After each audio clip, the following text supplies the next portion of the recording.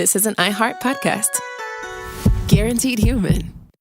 Well, the holidays have come and gone once again, but if you've forgotten to get that special someone in your life a gift, well, Mint Mobile is extending their holiday offer of half off unlimited wireless. So here's the idea. You get it now. You call it an early present for next year. What do you have to lose? Give it a try at mintmobile.com/switch. Limited time 50% off regular price for new customers. Upfront payment required. $45 for 3 months, $90 for 6 months, or $180 for 12-month plan. Taxes and fees extra. Speeds may slow after 50 gigabytes per month when network is busy. See terms.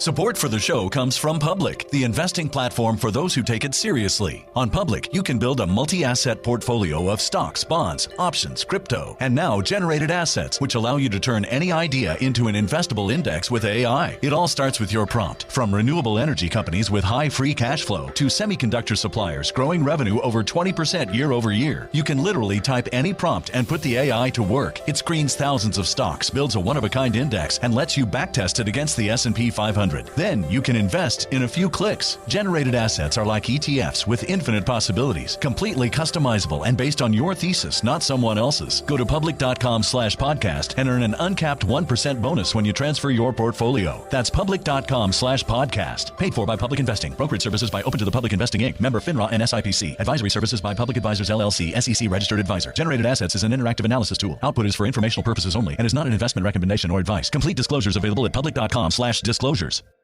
This Sunday, iHeartRadio brings you live to Levi's Stadium in Santa Clara for the Super Bowl 60 tailgate concert, presented by NetApp. It's the ultimate pregame party, featuring an exclusive performance from Teddy Swims.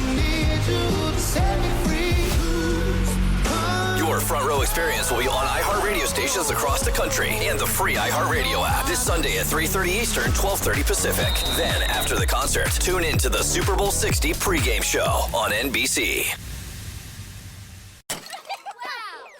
Why have we asked our contractor we found on Angie.com to be our kids' legal guardian? Because he took such good care when redoing our basement that we knew we could trust him to care for our kids, all 8 of them, should something happen to us. Are you my dad now? No, sorry, I do basements. Connecting homeowners with skilled pros for over 30 years. Angie, the one you trust to find the ones you trust. Find pros for all your home projects at Angie.com. Did you know that parents rank teaching financial literacy as the toughest life skill? That's where Greenlight comes in, the debit card and money app made for families. With Greenlight, you can send money to kids quickly, set up chores, automate allowance, and track spending with real-time notifications.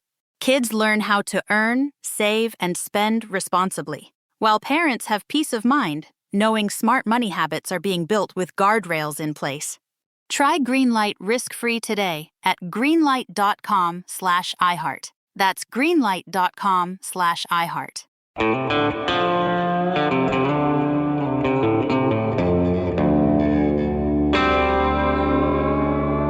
Body Bags with Joseph Scott Morgan.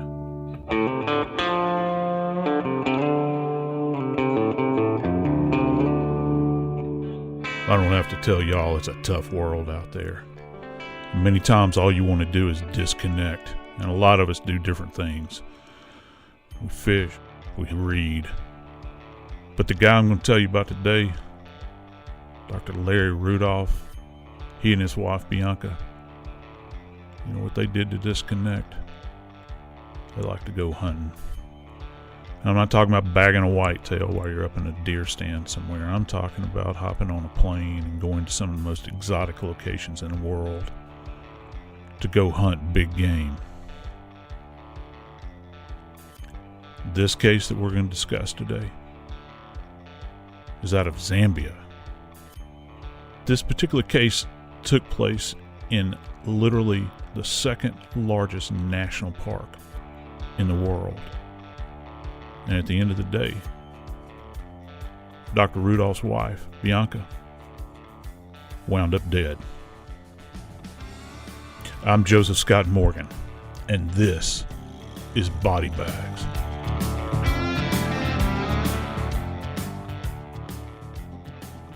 It's no secret I like to get out on my boat when I'm not recording a podcast or teaching my students. It's just the way I relax. I like to just be out on the water. Never been much of a hunter. I don't necessarily have anything against it, but the amount of money that it would take to do what Dr. Larry Rudolph did as a hobby is just astronomical. Jackie Howard's joining me today, executive producer of Crime Stories with Nancy Grace. Jackie, I don't think I've ever really met a big game hunter. I know a lot of hunters, growing up here in the South, but this guy, he beats everything I've ever seen. Actually, Lawrence Rudolph and his wife Bianca were very well known in the big game hunting community. They went on these excursions often, and in fact, in this hunt, Bianca was the only one hunting. She wanted to add a leopard to her collection of animal trophies. In this hunt, Bianca was carrying 2 guns, a Remington 375 rifle and her Browning 12-gauge shotgun. The hunt lasted approximately 2 weeks, and as they were packing up early in the morning, around 5 a.m. to return home, a shot was heard from the Browning shotgun. Lawrence Rudolph said he was in the bathroom, and he thinks that the shotgun accidentally went off as Bianca was putting it back in the case. He says he found her bleeding on the floor. Now, as investigators looked at this death, they had witnesses who said they saw her packing up. Before we get into any of the details, Joe, about what happened, I'm curious. Is it possible for you to be packing a gun and shoot yourself when you are putting away your rifle inside its case? The point is down. So how do you shoot yourself packing a gun? I don't know that it's even physically possible to accomplish this task. You would have to be a contortionist, and not just a contortionist, but if you are the person that is being struck by the round, you'd have to be remarkably tall and with rather lengthy arms. And what I mean by that is that your body would have to be in such a way that you could extend your arms to zip the case. And in this case, she was allegedly putting the 12-gauge shotgun into a soft case. Some people refer to it as a scabbard. It's not like a hard case that many people have seen, that you think about audio equipment comes in or other items that has almost looks like an instrument case. This is a soft case. And, she was not a very big woman. She's not, really, really tall. Her arm length was pretty much average for a woman her height. She was just over 5'3", I think. And so in order to have this happen, how exactly would the weapon itself discharge or actuate? How are you going to get the mechanism within the weapon to start the firing process, which means that firing pin would have had to have been initiated and the pin driven forward, slammed into the primer of a seated round that's in there, in this case a 12-gauge round of double-aught buckshot, and driving that into her chest, which is apparently where it wound up. It seems like it defies all the laws of physics. And one interesting little aside here is that it has been put forth that the round passed not just out of the end of the muzzle, but it passed through the end of the soft case and then into her body, which again makes this all the more suspicious. So let's play devil's advocate a little here, Joe. Is it possible, we've all seen TV shows, and, I say this all the time, and I probably shouldn't, but it's a fact. We watch things, and it's thrown out there in a lot of places that, I dropped the gun. I knocked the gun over, and it fired.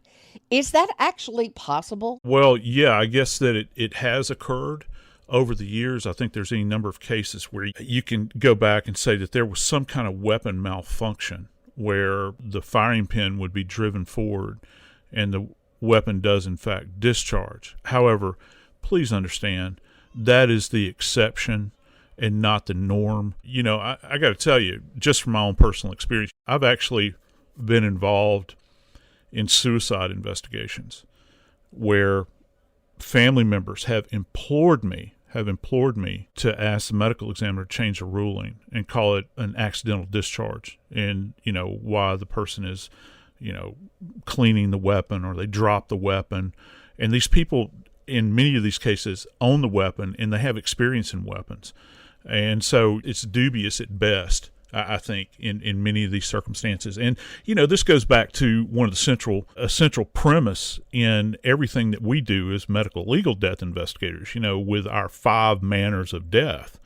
Homicide is the king of the hill. And the reason it is because our working assumption is that all deaths are homicides until proven otherwise. And so you have to go down this kind of intellectual checklist, if you will, all right, and kind of tick the boxes and eliminate everything else and see what kind of appears. So let's tick off a box here, Joe. First off, you have to rule out that it's not a possible suicide, because to be able to shoot yourself with a long gun, with a shotgun or rifle, you're going to have to kind of be a little bit of a contortionist or able to use your feet just like you would your hands. Yeah, you will. And, and I've had people that, have actually pulled triggers with their toes. I've had people that have... Really? Yeah. It's possible. Yes, yeah, it is. It is. Listen, if somebody is suicidal to that point, they'll find a way to do it if their only means is to self-inflict. It's much more difficult to actuate the trigger. And what I'm talking about, what has to happen with a self-inflicted shotgun wound or any kind of long arm, is that you have to place the butt, that's the end of the weapon, the non-working end of the weapon, okay, the non-business end, as they say. You have to kind of brace it somehow, either on the floor and the individual gets over the weapon and places it, into their chest. I've had them place it under their chin.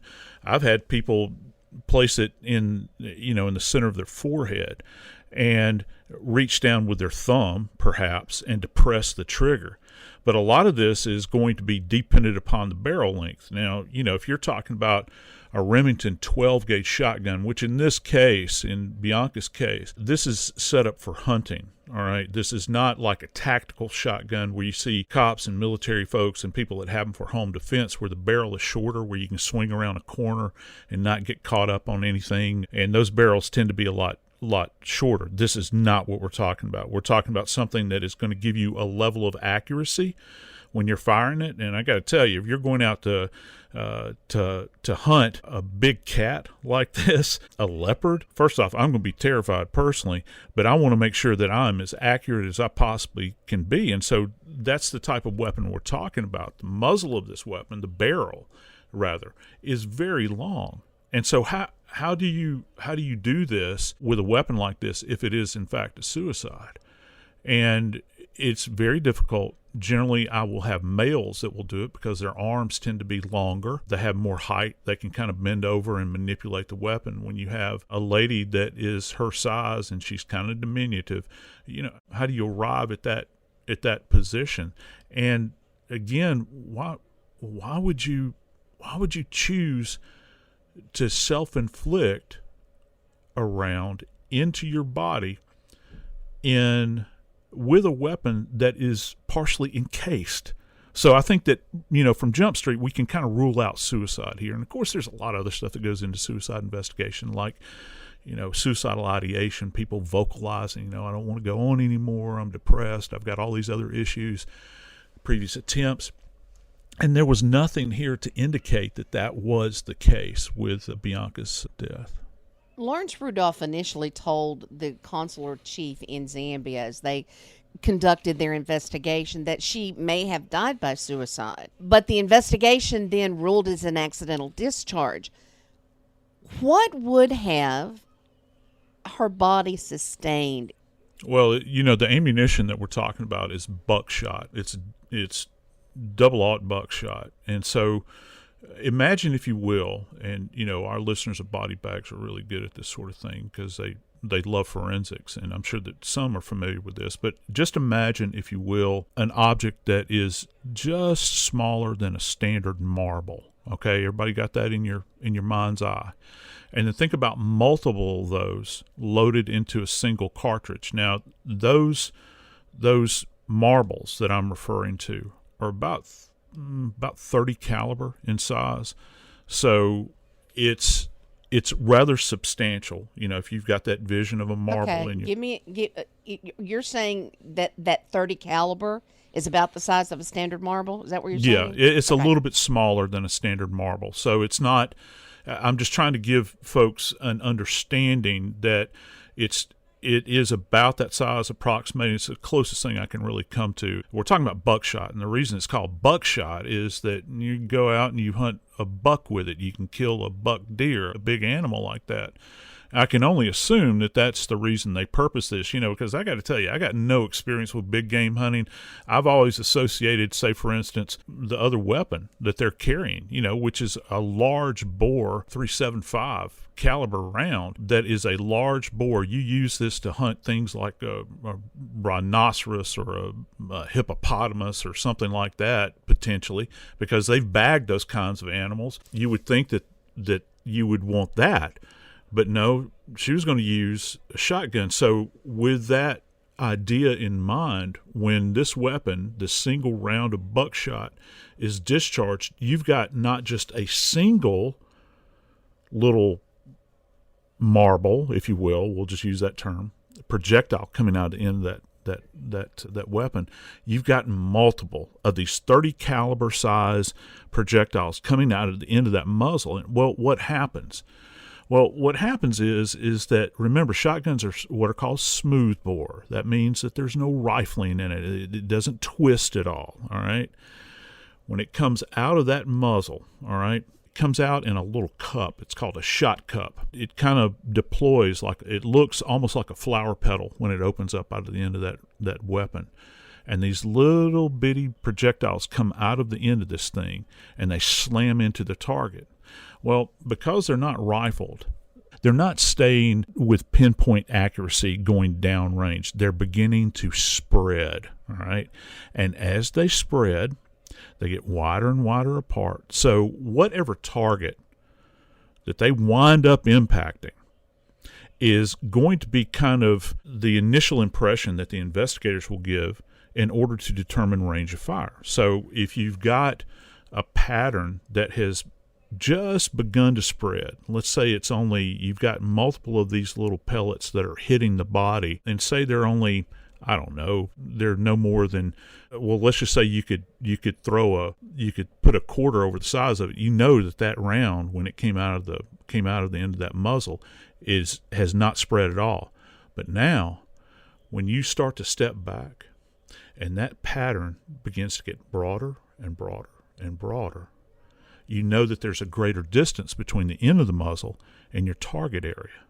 And in her case, one of the things that was witnessed, which is a fascinating story in and of itself. So what you just told me, Joe, or taught me, Joe, is that the difference with a shotgun and the type of ammunition that it uses, there's not going to be any stippling to be able to look for. Well, yeah, that's pretty much the case. You're not going to have it as prominently patterned in this particular case, and a lot of that because we believe would be evidenced with the clothing. And one of the big questions that you would ask is, were the clothes preserved in any way? Is there any way to examine those? Because if you do have powder that comes out of the end of this barrel, let's just think about it just for a second. I want everybody to kind of get an idea. As a matter of fact, one of the things I teach my students, if you want to understand about powder distribution on a target area, go into your bathroom at home and get a little bit of baby powder, some talcum, all right, and put it in the palm of your hand, and then walk up to your bathroom mirror and gently blow it onto the bathroom mirror, all right? Now, the closer you are to that bathroom mirror, you'll get a bigger deposit on the mirror itself. But the further you move back away, I mean, everybody's seen baby powder, it just kind of, puffs up in the air, and then it just kind of drifts down. Kind of the same with powder coming out of the end of the gun, out of the end of the weapon. The closer you are to that target area, you're going to get a deposition of this powder that kind of sticks to this area, and it's kind of embedded into the skin. The further back you are, it's going to drift down. That's the dynamic of it. Powder, that powder itself, whether it's talcum powder or unburned gunpowder, whatever it is, it doesn't have the best aerodynamic characteristics. It's not like a projectile, like a lead projectile that holds on to that energy, as it blasts out of the end of that muzzle. It's containing energy, all right, because it's solid, it's moving forward, and it slams into a target. With powder, it doesn't do that. That's why, when Nancy and I talk about these things on her show, you begin to look out beyond about 18 inches, and there's some disagreement, because it's not real exacting. Some people say from 18 inches out to roughly 28-30 inches, you're going to begin to get this drift where it'll begin to kind of fall away. Anything within 18 inches, though, you'll have powder distribution. So that's one of the big questions, and that's one of the things that comes into play in death investigation, is that you're not necessarily always going to have a witness that's going to be able to give you the straight story on this, and all you have left behind is the physical evidence. And that's powerful physical evidence, isn't it, when you think about it? What's going to be left behind? What's going to be distributed on that target area? And if you don't have that with a clothing or a body, you got big trouble as an investigator. Well, I should have taken better notes, Professor Morgan, because what I actually meant to say was you would not have striations. Although stippling was a great answer, and he told me a lot. But what I meant to say was you're not going to have striations on buckshot.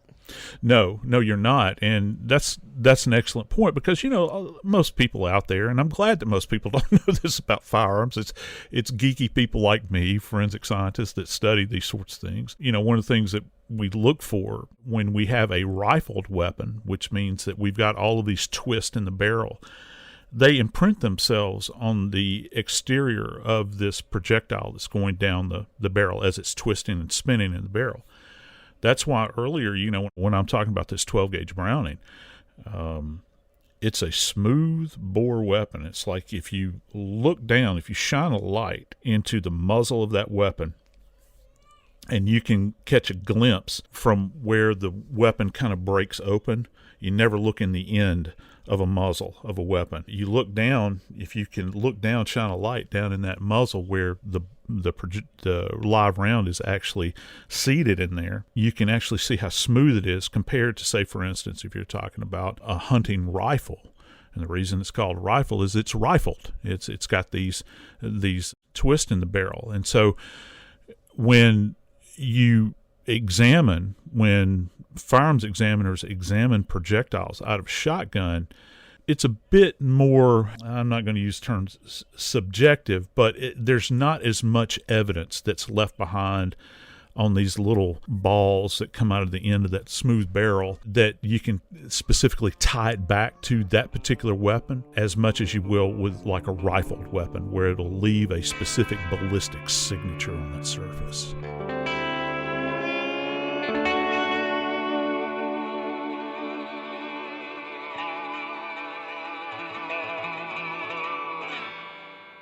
Support for the show comes from Public, the investing platform for those who take it seriously. On Public, you can build a multi-asset portfolio of stocks, bonds, options, crypto, and now generated assets, which allow you to turn any idea into an investable index with AI. It all starts with your prompt. From renewable energy companies with high free cash flow to semiconductor suppliers growing revenue over 20% year over year, you can literally type any prompt and put the AI to work. It screens thousands of stocks, builds a one-of-a-kind index, and lets you backtest it against the S&P 500. Then you can invest in a few clicks. Generated assets are like ETFs with infinite possibilities, completely customizable and based on your thesis, not someone else's. Go to public.com/podcast and earn an uncapped 1% bonus when you transfer your portfolio. That's public.com/podcast. Paid for by Public Investing. Brokerage services by Open to the Public Investing Inc. Member FINRA and SIPC. Advisory services by Public Advisors LLC, SEC registered advisor. Generated assets is an interactive analysis tool. Output is for informational purposes only and is not an investment recommendation or advice. Complete disclosures available at public.com/disclosures. This Sunday, iHeartRadio brings you live to Levi's Stadium in Santa Clara for the Super Bowl 60 tailgate concert, presented by NetApp. It's the ultimate pregame party, featuring an exclusive performance from Teddy Swims. Your front row full experience will be on iHeartRadio stations across the country and the free iHeartRadio app this Sunday at 3:30 Eastern, 12:30 Pacific. Then, after the concert, tune in to the Super Bowl 60 pregame show on NBC. Hi, I'm Cindy Crawford, and I'm the founder of Meaningful Beauty. When Dr. Sabah and I decided to do a skincare line together, he said to me, we are going to give women meaningful beauty. And I said, that's exactly right. We want to give women meaningful beauty, which means each and every product is meaningful. It has a reason to exist. It's efficacious. You're going to get results. And then you just go out and live your life. Meaningful Beauty. Confidence is beautiful. Learn more at meaningfulbeauty.com. Why have we asked our contractor we found on Angie.com to be our kids' legal guardian? Because he took such good care when redoing our basement that we knew we could trust him to care for our kids, all 8 of them, should something happen to us. Are you my dad now? No, sorry, I do basements. Connecting homeowners with skilled pros for over 30 years. Angie, the one you trust to find the ones you trust. Find pros for all your home projects at Angie.com. Well, the holidays have come and gone once again, but if you've forgotten to get that special someone in your life a gift, well, Mint Mobile is extending their holiday offer of half off unlimited wireless. So here's the idea. You get it now, you call it an early present for next year. What do you have to lose? Give it a try at mintmobile.com/switch. Limited time 50% off regular price for new customers. Upfront payment required. $45 for 3 months, $90 for 6 months, or $180 for 12-month plan. Taxes and fees extra. Speeds may slow after 50 gigabytes per month when network is busy. See terms.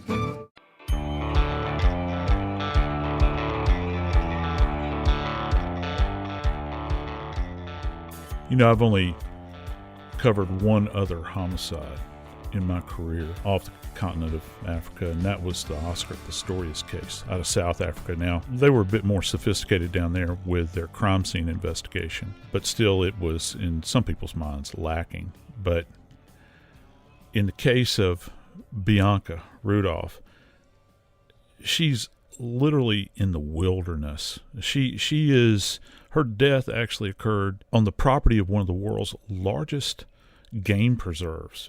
I can't even begin to fathom that. You talk about isolation. For me, I think about what would I do if I was absent all the resources that I need to work a crime scene in that environment. You talk about isolated. I don't even know if that begins to describe it, Jackie. An investigation was not immediately pushed in the death of Bianca Rudolph, as it was thought to be an accidental death. But as always, when there is an American death outside our country, the consulate in that area is notified. Now, Rudolph's body was sent to the funeral home, and Lawrence Rudolph was pushing for cremation, saying that the time and the distance, that it would not be possible to return Bianca's body to the U.S., but we know that Bianca and Lawrence Rudolph shipped animals back to the U.S. all the time. So why then could her body not be transported back to the U.S.? Yeah, that's a fallacy. Of course it could be. The body is preserved. There's an embalming that takes place. The bodies are prepped, and they're sent back over. You know, I myself have actually, I've done autopsies, participated in autopsies that have come back literally from Africa. I know of 3 missionaries over the course of my career that I did autopsies on or assisted with them at the family's request when they got back to the U.S. And fascinatingly, in one of the most bizarre cases I've ever been involved in, I actually had a body that showed up in New Orleans when I was working down there, packed in charcoal. I'd never seen anything like it. It was absolutely bizarre, but interestingly enough, the body was very well preserved. So yeah, it's possible to embalm a body and send that body back to the U.S. I don't understand what this idea of we have to cremate the body and get the body back to the husband and have the body transported back to the U.S. in this manner. I mean, this is, the 21st century that we live in now, and this is completely possible to do. So I don't understand the rush. It's mind-boggling. But as an investigator, I got to tell you, if I have family members that are push for cremations like this, it's going to make alarms go off in my head. Remember what I've already said. Every death, and I don't care how old the person is. I don't care how much disease they might have. As an investigator, I get one shot at this. My premise that I put forward is that every death, and I mean every death, is a homicide until I can prove otherwise. Well, the consular chief in Zambia obviously thought the same way that you did, Joe, because the consular chief and 2 other embassy officials went to the funeral home to take photographs and preserve any evidence because the push was on for her to be cremated within 3 days. And we found out later that when Lawrence Rudolph found out that photos were taken of his wife, he was livid. So what's the possibility that those photos could have shown us? Oh, it's remarkable, and a tip of the cap to the consulate down there. The gentleman that actually got involved in this, he's a U.S. government employee. He works for the State Department. But in addition to that, this guy is a former Marine. All right. You've heard the old adage, there are no such things as ex-Marines or former Marine. Well, he's a former Marine. And he thought that this was super bizarre himself. So he decides to break out the camera, and not just break out the camera. He broke out the tape measure. And he actually did many of the things that we do in the morgue. When he went to the funeral home where the body was, he began taking scale photographs of these injuries that she had sustained, took measurements of the defects, and had voluminous notes apparently. And guess what he did when he had acquired all of this stuff? He turned it over to the FBI because, he's looking at this from the perspective of somebody that knows his way around weapons, all right? Like I said, he's a former Marine. He's had exposure to firearms, trust me. And so he's looking at this, he's thinking, this stinks. I don't like the way this looks. I don't like what we're being told. I don't like the speed at which this is happening. You yourself, Jackie, had mentioned 3 days. Wanted it done in 3 days. Why the rush? I don't understand. And so it made his senses start to tingle there for a moment, and he decided to step back and do his own examination. And thank goodness he did, because, that's the only examination that was done on her remains. In combination to the consular general's suspicions is a friend of Bianca Rudolph's asked the FBI to investigate. And that kicked off an in-depth inquiry. She says, according to the friend, Lawrence Rudolph had been having a long-term affair with an office manager. The couple owned more than one dental practice.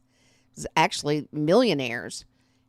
Yet he was having a long-term affair, according to the friend, and that is why she thought that Bianca was killed. You've already got this level of suspicion that is, that's rising up here, and you're beginning to think, well, what in the world, first off, why is he wanting the body cremated so quickly? And I'm sure that when Bianca's friend heard about this, she's thinking, wait, hang on. She's not a neophyte. She's not just somebody that has been handed a weapon and, thrown out in the bush of Africa and told to go and kill a leopard. This is somebody that is learned when it comes to stalking big game. This is somebody that's probably, compared to me, somebody that's fearless out there, that knows what they're doing. How does she wind up shot? And so when her friend hears about all of this, it's quite fascinating, that they would be in such a rush to do this. And so her friend automatically contacts the FBI and says, look, there's just something not right here. He's in a foreign country. My friend is dead. He's had an ongoing affair, which, from a family dynamic standpoint, my understanding is that Bianca was aware of the affair. and that they had been living this kind of open marriage for a while, but she didn't divorce him. And so this is something that has been allowed within the context of their marriage to go on and on and on for quite some time. This case is a forensic smorgasbord because you can't do a full autopsy on a body that doesn't exist anymore. Investigators had to rely on the photos and the recollections of people there and what was seen by the consular general.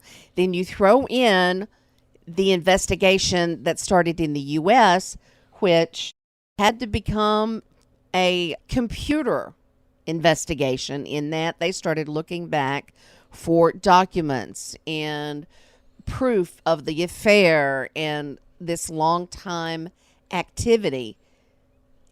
In putting all of this together, how did they come up with the idea that Lawrence Rudolph killed his wife? Well, you know, one of the things that kind of drew them in was the fact that Lawrence had apparently taken out multiple insurance policies on Bianca. And we're talking about millions and millions of dollars from a variety of sources of these policies that had been taken out. And pretty quickly, I think after her demise, he was putting forth the paperwork to get these checks processed and get them into his hands. And there didn't seem to be as well, I think that one of the things that raised the suspicion of investigators stateside was that they began to look at this and think, well, it's really kind of an inappropriate amount of grief or time for grieving because, you know, upon his arrival back in the U.S., first off, there was a delay in actually telling his children that their mom had passed. I think that it had been several days before they were ever even notified. But another level of suspicion here is the fact that he decided to take a trip with his mistress out of the country in very short order. And again, you know, that's going to make alarm bells for investigators go off. But there was also one other piece that you got to go back to Zambia to look at. Now, they didn't matter of fact, they did a poor job relative to the scene and the body and all these sorts of things. But what did happen, there was a firearms examiner in Zambia that worked for the government over there, and they did get their hands on that shotgun. And one of the things that they did, and this, of course, this information went back to the FBI, was that their firearms examiner over there conducted what's referred to as a drop test. And just so our listeners know, with a drop test, what you will do is the intent is to this weapon that is essentially, if you will, for lack of a better term, it's cocked. That means it's in the ready position. You don't have to have a live round in it, but it's cocked and it's in the ready position. So let's just say that you take this weapon and you hold it at 2 feet, okay? And then you drop it on the butt. That means the back portion of it where it seeds into the shoulder. And you crack open the weapon after it's been dropped from that height, and you check to see if the firing pin is still not actuated. Then you go up to 3 feet, drop it again, see if it's still there and in place and hasn't been actuated. Then up to 4 feet, and that's what they did, this progressive test. And the drop test revealed that this weapon didn't malfunction. That you know, after this testing was conducted, that it was proven to them, at least, in order to actuate that firing pin, you have to pull that trigger. You have to pull the trigger.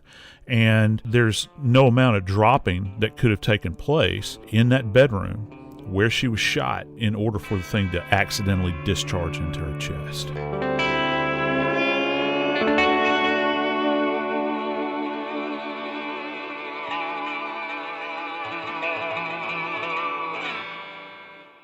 Support for the show comes from Public, the investing platform for those who take it seriously. On Public, you can build a multi-asset portfolio of stocks, bonds, options, crypto, and now generated assets, which allow you to turn any idea into an investable index with AI. It all starts with your prompt. From renewable energy companies with high free cash flow to semiconductor suppliers growing revenue over 20% year over year, you can literally type any prompt and put the AI to work. It screens thousands of stocks, builds a one-of-a-kind index, and lets you backtest it against the S&P 500. Then you can invest in a few clicks. Generated assets are like ETFs with infinite possibilities, completely customizable and based on your thesis, not someone else's. Go to public.com/podcast and earn an uncapped 1% bonus when you transfer your portfolio. That's public.com/podcast. Paid for by Public Investing. Brokerage services by Open to the Public Investing Inc. Member FINRA and SIPC. Advisory services by Public Advisors LLC, SEC registered advisor. Generated assets is an interactive analysis tool. Output is for informational purposes only and is not an investment recommendation or advice. Complete disclosures available at public.com/disclosures. This Sunday, iHeartRadio brings you live to Levi's Stadium in Santa Clara for the Super Bowl 60 tailgate concert, presented by NetApp. It's the ultimate pregame party, featuring an exclusive performance from Teddy Swims. Your front row experience will be on iHeartRadio stations across the country and the free iHeartRadio app this Sunday at 3:30 Eastern, 12:30 Pacific. Then, after the concert, tune in to the Super Bowl 60 pregame show on NBC.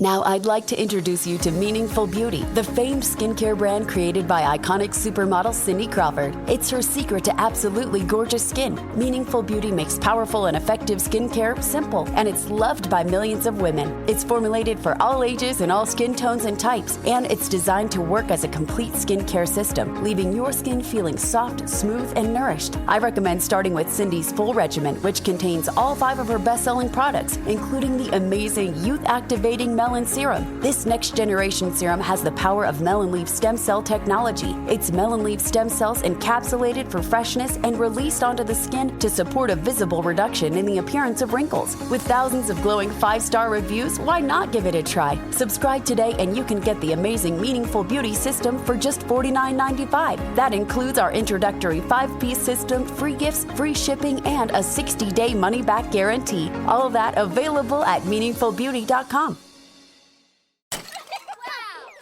Why have we asked our contractor we found on Angie.com to be our kids' legal guardian? Because he took such good care when redoing our basement that we knew we could trust him to care for our kids, all 8 of them, should something happen to us. Are you my dad now? No, sorry, I do basements. Connecting homeowners with skilled pros for over 30 years. Angie, the one you trust to find the ones you trust. Find pros for all your home projects at Angie.com. Are you a fraud-paying American?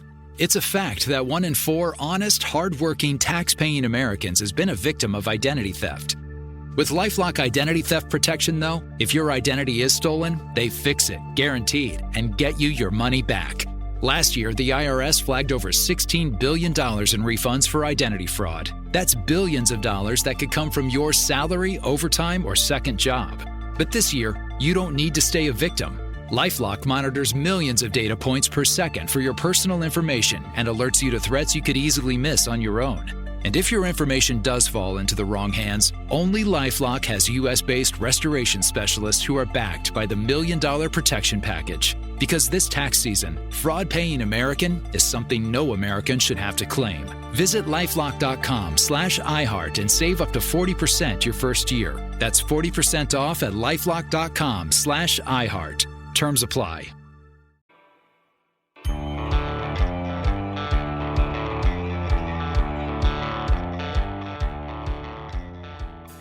Just imagine you're in the bathroom, you've had a long 2 weeks out in this wilderness, hunting, doing that thing that you love the most, apparently.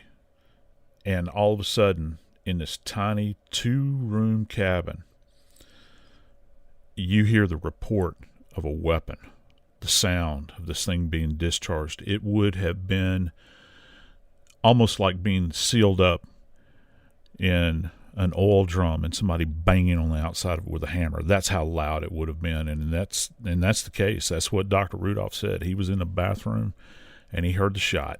But other people heard the shot too. There were people in a cabin. It's early in the morning, about 5:30 a.m. This is when hunters get up and they get moving. They're eating breakfast. They're ready to go. And people from down the way heard the shot as well, and they came running to the cabin. Here's the point that I find absolutely fascinating about this.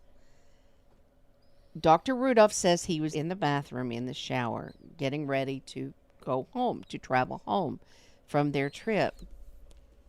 Doesn't it stand to reason that if you all of a sudden hear this big boom, that there's a shot, that you're not going to take the time to get completely dressed to your shoes to go find out what this big noise is in your cabin? Lord, Yet no. he did. Yeah. You're you're hopping out of the shower. All right, you're hopping out of the shower. This is like a grenade going off inside of the room immediately adjacent to you. You're gonna want to find out, and you're not gonna take time to throw your clothes on like you're going to dinner or something, or going to breakfast. You're gonna hop out with a towel on, and this is the mother of your children here. You walk in, she's face down on the floor.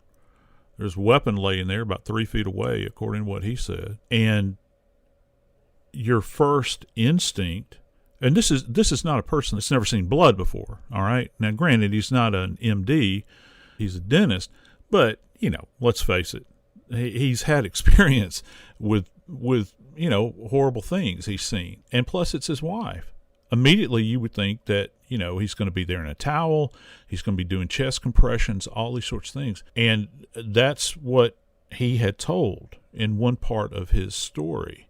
But, as I'd mentioned, when the sound of this weapon being discharged traveled out, from this cabin, there was an area that's not very far away. It's like the area where the kind of commons area where everybody gathers, and there were people in that commons area eating breakfast at 5:30 in the morning. They heard the shot as well. And one of these individuals, who is one of the local guides, went running to the cabin. Well, what didn't marry up with Dr. Rudolph's statement relative to, he was in the shower and this sort of thing, is when this gentleman came up from the breakfast area, he saw Dr. Rudolph. Dr. Rudolph was fully clothed. He had shoes on. Okay, well, they're getting ready to leave. They have to blast out of there and go catch a plane and get back to the U.S. But, which is it, Doc? Were you in the shower or were you fully clothed?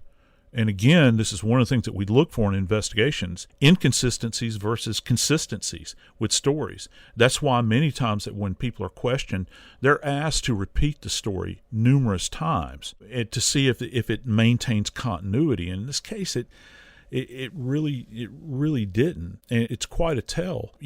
When she would have been observed on the floor there, and, I'd like to go back to this idea of this injury she sustained. There would have been blood everywhere. And one other point here that I didn't touch on earlier that's quite fascinating. Remember, it is being put forth that when she was shot, this weapon was already encased or partially encased. Remember, the story is that she was placing this 12-gauge shotgun into the scabbard or into the soft case, and it discharged. Well, folks might not realize this, but when a weapon discharges like this and it passes through the round passes through what we refer to as an intermediate target, one of the other things that would have been witnessed in this area, first off, the end of the scabbard would have been blown out because you're talking about a 12-gauge round. You would have seen bits of fabric. You would have seen upon the exterior of the case if it's actual leather, or if it's vinyl or pleather or whatever it is this thing's made out of. That debris would have passed into the body as well. And you could see that around the injury. Was any of that stuff seen? And did it get destroyed in attempts to resuscitate her? Because allegedly Dr. Rudolph says that he did try to resuscitate her.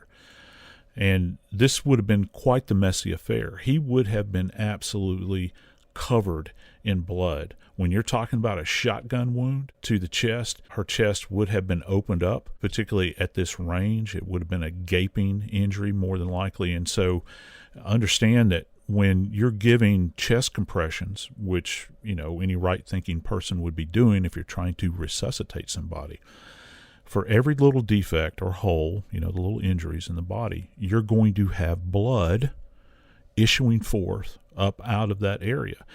And if the person still has what's referred to any kind of agonal respirations or pulse, that means they're in kind of the process of dying, the body will be pushing blood out of those areas as well. So you're going to be covered. Your hands will be covered. Your arms will be covered. If you're wearing clothing, your clothing will be covered in blood.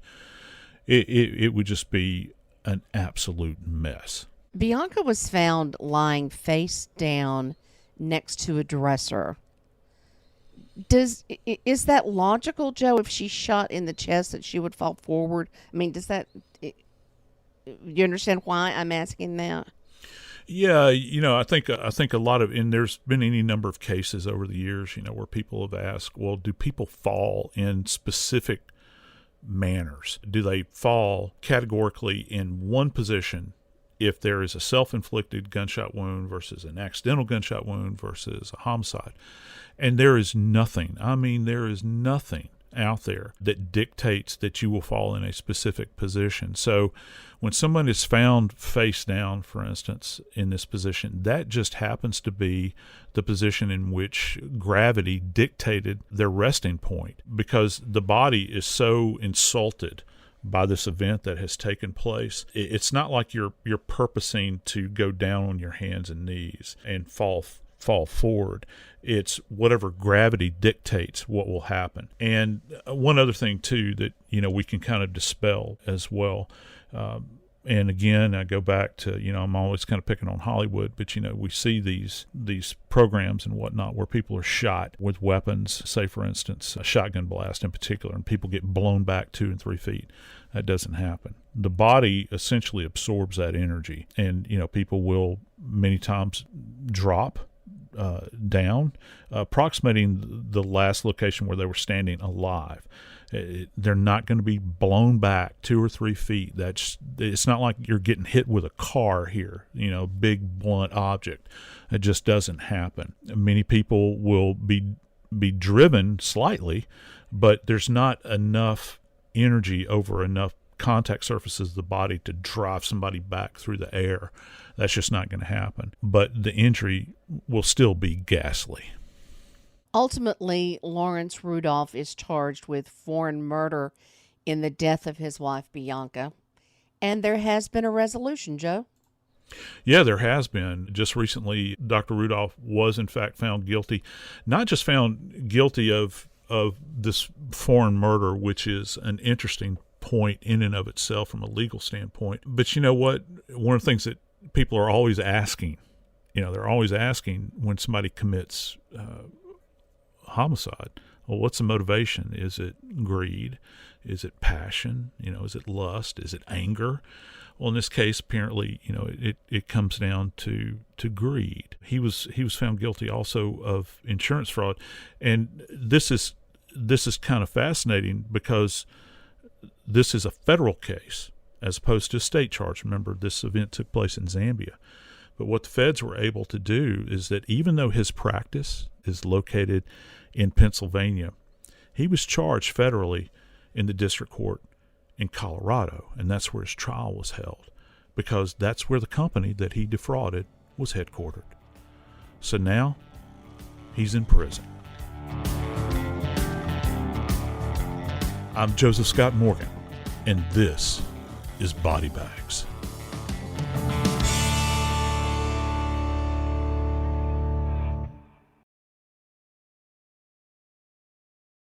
This Sunday, iHeartRadio brings you live to Levi's Stadium in Santa Clara for the Super Bowl 60 tailgate concert, presented by NetApp. It's the ultimate pregame party, featuring an exclusive performance from Teddy Swims.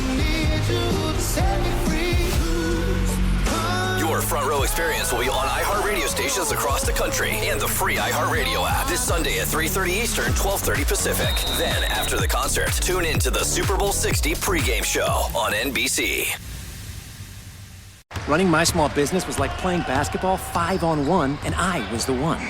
Now, QuickBooks gives me access to a team of AI agents and trusted experts for the assists I need. Nothing but net. Outdo it with Intuit QuickBooks. Feature availability varies by product. Are you a fraud-paying American? 1 in 4 tax-paying Americans has been a victim of identity fraud. With LifeLock, if your identity is stolen, they fix it, guaranteed, or your money back. Last year, billions in refunds were stolen. Could be from your salary, overtime, or second job. Gone. But this year, you don't need to stay a victim, because this tax season, fraud-paying American is something no American should have to claim. Save up to 40% your first year. Visit lifelock.com/iHeart. Terms apply. Owning a home is full of surprises. Some wonderful, some not so much. And when something breaks, it can feel like the whole day unravels. That's why HomeServe exists. For as little as $4.99 a month, you'll always have someone to call. A trusted professional ready to help, bringing peace of mind to 4.5 million homeowners nationwide. For plans starting at just $4.99 a month, go to homeserve.com. That's homeserve.com. Not available everywhere. Most plans range between $4.99 to $11.99 a month your first year. Terms apply on covered repairs. Picture chicken nuggets in your head. Okay, now forget them. Because Taco Bell's crispy chicken nuggets are here. And they're nothing like the nuggets you know. All white meat chicken, coated in tortilla chips for that signature Taco Bell crunch. A nugget like that calls for a sauce that can keep up. Introducing Hidden Valley Diablo Ranch. The iconic ranch you love, fired up with Taco Bell Diablo sauce. Bold meets bolder. Ranch meets Diablo, and it works. Crispy chicken nuggets from Taco Bell, a brand new classic. At participating U.S. Taco Bell locations for a limited time only, while supplies last. This is an iHeart podcast. Guaranteed human.